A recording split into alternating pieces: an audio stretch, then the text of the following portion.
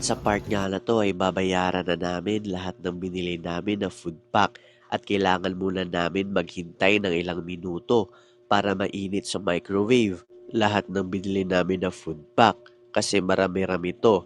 15 packs yung binili namin at sobrang liit lang ng microwave nila. Kasya lang hanggang 4 packs. Kaya medyo matagal-tagalan talaga saglit. At habang naghihintay kami sa part na to, tumitingin-tingin ako sa bubong baka mayroong butiki. At dahil wala namang butiki, ipapakita ko na lang sa inyo ang mga paninda na meron dito sa 7-Eleven.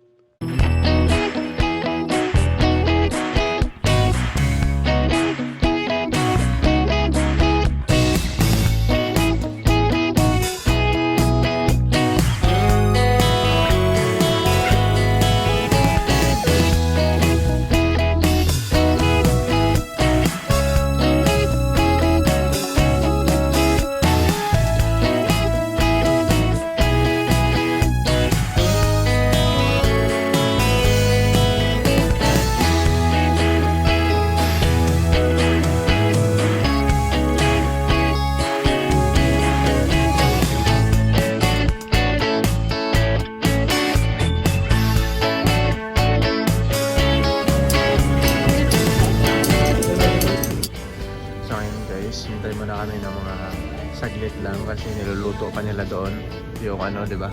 Microwave. Microwave pa nila, wala kasi kami microwave kaya Hindi naman niluluto. ay may na microwave pala eh. Init-init.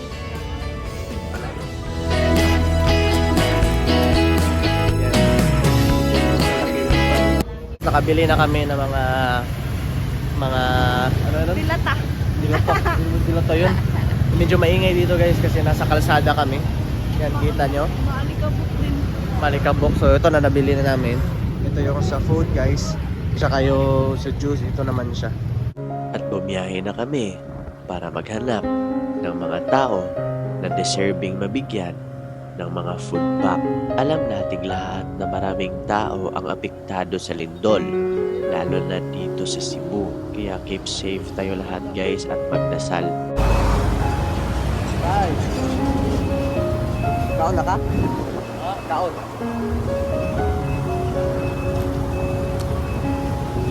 Kakaam. Ay, juice na Asa mang straw Ano yung kusara? Pikas. Pablikan.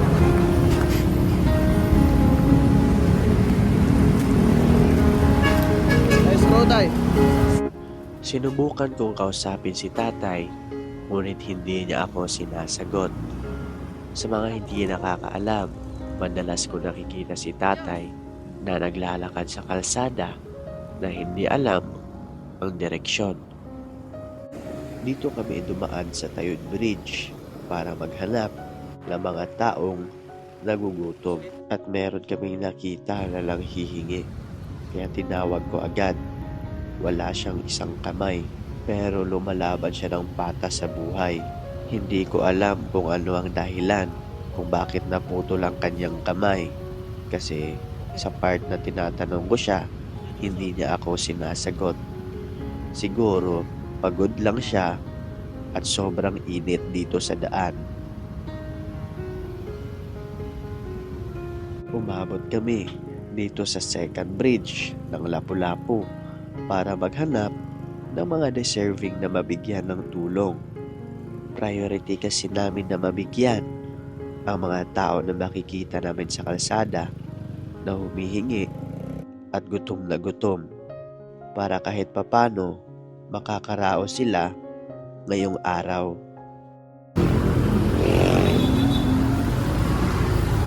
Ito si Kuya. Nakita namin siya dito sa daan. Meron pang tali ang kanyang tiyan dahil siya daw mismo na disgrasya daw siya. May nabali daw sa bandang tiyan niya.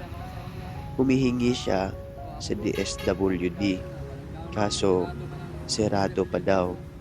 Kaya naghihintay siya kung kailan yun ma-open. Kasi ang araw na to ay Sabado. Sa Lunes pa magbubukas ang DSWD. Kaya sabi ni Kuya, dagdagan ko na lang daw ng isa para kahit papano meron siyang panghapunan kasi walang-wala talaga siya ngayon.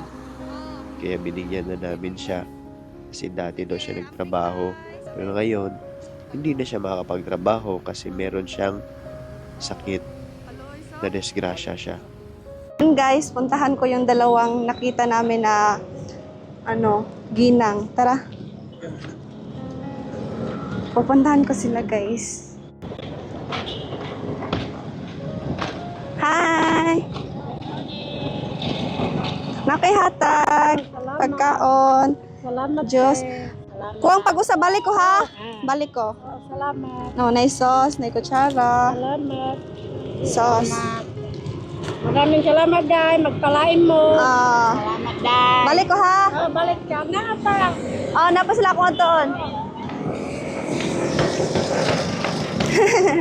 Ang happy nila, guys. May kulang isa. Isa, yung andun. Hindi ko nabigyan. Uy, juice!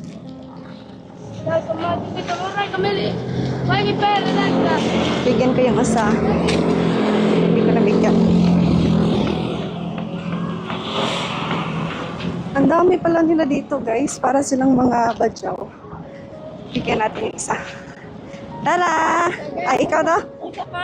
Thank you! Bye-bye! Nakato na dito? Oo. Yung anak daw niya. Baka yan sila. Matulog? Ha? Igagaw niya kan eh. Soon.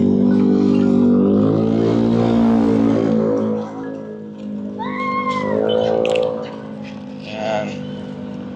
Dugay na mo sige, tere. Or balin-balin mo lugar. Balin-balin mo lugar.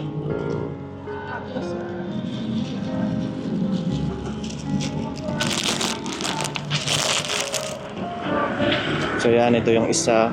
Ngayon siya. Yan. Para makain to sila lahat. Ikaw, wala pa ka? Sige. So may pangalan mo? Marisa. Ha? Marisa. Ikaw? Marisa. Pareha di mong pangalan day? Ako sa kung masaigo ba?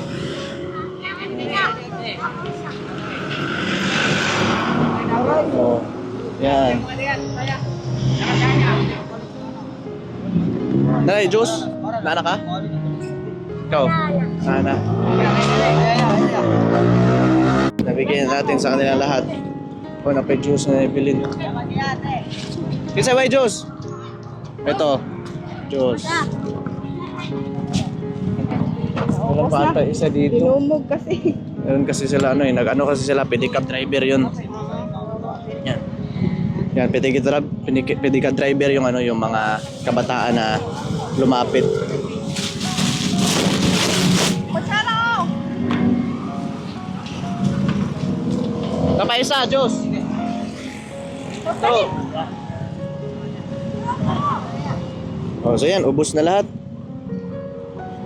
So thank you kay Tita Marlene, Tito Joan, Lolo Tony kasi Chan TV. Lamat kaya. Pamilya nila. Muna yung last. Alas ya?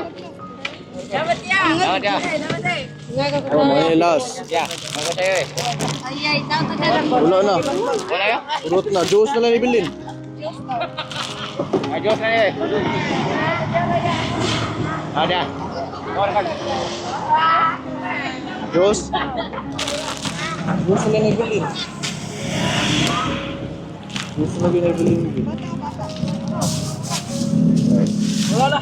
Ito, juice. Juice na lang ibilin. Salamat. Straw. Hello po, mga ngiyaw-ngiyaw. Nice na lang, may straw? Naa. Ito, stop. Salamat ya. Oh. Hi sa kanya. Salamat ya. Okay, tara. Tita Marlene, Tito Jo. Salamat. Dit. Salamat ni Marilyn Vlog. Follow naman niya. So ayan guys, nabigay na namin lahat ng ubos na, wala na natira. Mga straw na lang nang natira, tapos yung mga yung mga kutsara, yung iba kasi walang kutsara. Nagmamadali kasi sila. Hindi kasi yun yung plano namin sana na pagbigay. Ang plano sana namin sa mga tag-isa-isa na mga nangangailangan, kaso nagulat kami kasi pagdating naman dun sa bridge siya, pinakamahabang bridge dito sa Lapu-Lapu, dito sa SLX, ang dami palang mga mga badyaw na naghihingi. Tapos mga bata pa, sobrang liliit. Kaya binigay na lang namin dun sa kanila lahat-lahat. Kasi kawawa naman yung mga bata nagbebenta pa sila. Sobrang na-happy ako kasi yung mga badyaw ngayon, hindi na sila basta hingi lang ng hingi. Nagtitinda na sila ng mga, ang Tagalog ng panyo? Titinda na sila ng labaka. Nagtitinda sila ng basahan para kahit papano, mayroon silang pera, mayroon silang kitain kung hindi man sila bigyan. Kaya nakakataba ng puso. At yung mga kabataan na humihingi doon, pedicab driver, yung nagpe-pedicab sila, gutom na gutom sila. Kaya siyempre nabigyan na namin doon yung iba, since humihingi naman sila, nakakaawa din naman. So binigay na namin yun sa kanila. Oh, Nicole, anong masasabi mo doon sa mga nabigyan mo, naabutan mo ng mga yung mga tulong? Super happy kasi nakita kong masaya sila, na ang dami nilang sinasabi yung mga salamat, gumaganon pa sila sa kahit walang camera, malayo yung camera Kaya masaya, nakakataba ng puso. Thank you pala Tita Marilyn, Tito Joe and Lolo Tony sa binigay niyo pong mga pack lunch. Lalo na po sa mga mahihirap, kagaya nung nabigyan namin. Masaya po kami at nakatulong po kami at masaya din kami kasi nakita namin yung mga reaction nila, yung pasasalamat nila. Yan, totoo po yung yung sinabi ni Nicole na grabe yung saya na nabigyan namin sila. Alam namin na sobrang grabe yung pinagdaanan ng mga badyaw, like no read, no write sila. Yung iba sa kanila hindi marunong magbasa, hindi marunong magbilang, kaya hindi marunong magsulat. Kaya ganun na lang sila, humihingi-hingi na lang sila. Pero hindi ko naman nila lahat. Pero majority kasi ng mga badyaw na pagkakaitan sila ng ng oportunidad, ng edukasyon, kaya ganun sila. Pero nakita naman namin kahit ganun sila, grabe naman yung pag-appreciate nila, yung pasasalamat nila, na nabigyan namin sila ng pagkain. Kita ko nga, pagbigay na agad namin, kinain agad nila, gutom na gutom Kaya sobrang happy namin, sobrang nakakataba ng puso dahil ngayon ulit nakatulong ulit kami dahil kina Tita Marilyn and Lolo Tony. Kasi sila po yung sa foods. And syempre, sa juice naman, si Tito Joe naman. Kaya thank you so much po. And sa ginawa namin dito, binigyan din kami ni Tita Marilyn din na para sa amin, para kahit papano meron kami magagamit, tsaka panggas din. Kaya sobrang mahal na mahal din kami ng sponsor. Hindi lang yung mga binibigyan namin, pati din kami. Mahal kami ng sponsor. Sobrang dami nilang binibigay sa amin. Kaya bilang pasasalamat po, hindi ko naman to kailangan sabihin kasi ayaw naman nila, pero gusto lang namin iparating yung pasasalamat namin sa mga mabubuting sponsor kina Tita Marilyn, Tito Joe, and Lolo Tony. Thank you so much po. And gusto ko na lang din isali si Sir Carlos. Thank you din po Sir Carlos. And mahal na mahal po namin kayo. Guys, tapos na kaming kumain ni Nicole at tapos na kaming magbigay ng pang-feeding, mga relief good. Pack lunch. Mga food pack. Food pack. Tapos na kami bigyan ng food pack and gusto lang namin pasalamat ulit sa nagbigay ng food pack na sponsor ng food pack para ibigay namin sa mga tao na gutom. Thank you Tita Marilyn and Lilo Tony and syempre Tito Joe sa juice. Thank you so much po sa inyo. And dito kami ngayon, Yan, dito. Dito kami ngayon, may nag-zumba doon. Tapos dito naman, yan, maraming nagtitinda dito. Parang kagaya siya doon sa lugar natin, lugar nyo na may nagtitinda. Ibahan lang dito, mas maraming tao dito at mas malawak yung lugar. 'Di ba? Yan, thank you sa lahat ng mga viewers namin at patuloy na nanonood sa vlog namin Ng Sean Saivey. ng Chan TV. Thank you so much po. And shout out ako sa lahat ng mga kasama namin na gustong sumama kaso na busy na sila. Shout out pa rin sa inyo. Thank you pa rin sa inyo. Shout out pala kami kay Sir Carlos and kina Sir Roland Ganiban, kina Andy Glick, Jeremy Anduloy, and sino pa shout out mo? nakalimutan Oh, ko. shoutout ko sa nanay at tatay ko. Yes, and my mama and papa. Shoutout po sa lahat na kasama namin sa Chan TV na busy na sila. Yes, ang aming kagrupo. Yan, shoutout po sa inyong lahat. At don't Yes. forget to click subscribe kung bago pa lang kayo sa channel na to. And click the notification bell para always kayong updated sa lahat ng videos na upload namin. Thank you for watching, guys. God bless you. Bye! See you sa next episode. Sobrang daming pagsubok ang naranasan natin ngayong taon. Malakas na bagyo, pagguho ng lupa, matinding gutom, pero patuloy pa rin tayong lumalaban sa buhay. Sa lahat ng kababayan namin, huwag po tayong matakot. Huwag mawalan ng pag-asa. Kasi kahit gaano man kalakas ang ulan, titigil din yan. Kung gaano man kalakas ang pagyanig ng lupa, hihinto din yan. Kung madilim man ang buhay natin ngayon, darating ang umaga, kaya huwag mawalan ng pag-asa. Humiling tayo sa ating Panginoon at tayo'y pagbibigyan. Hanapin natin ang Panginoon, siya ay ating matatagpuan. Kumatok tayo sa Panginoon at tayo'y pagbubuksan. Mateo 7:7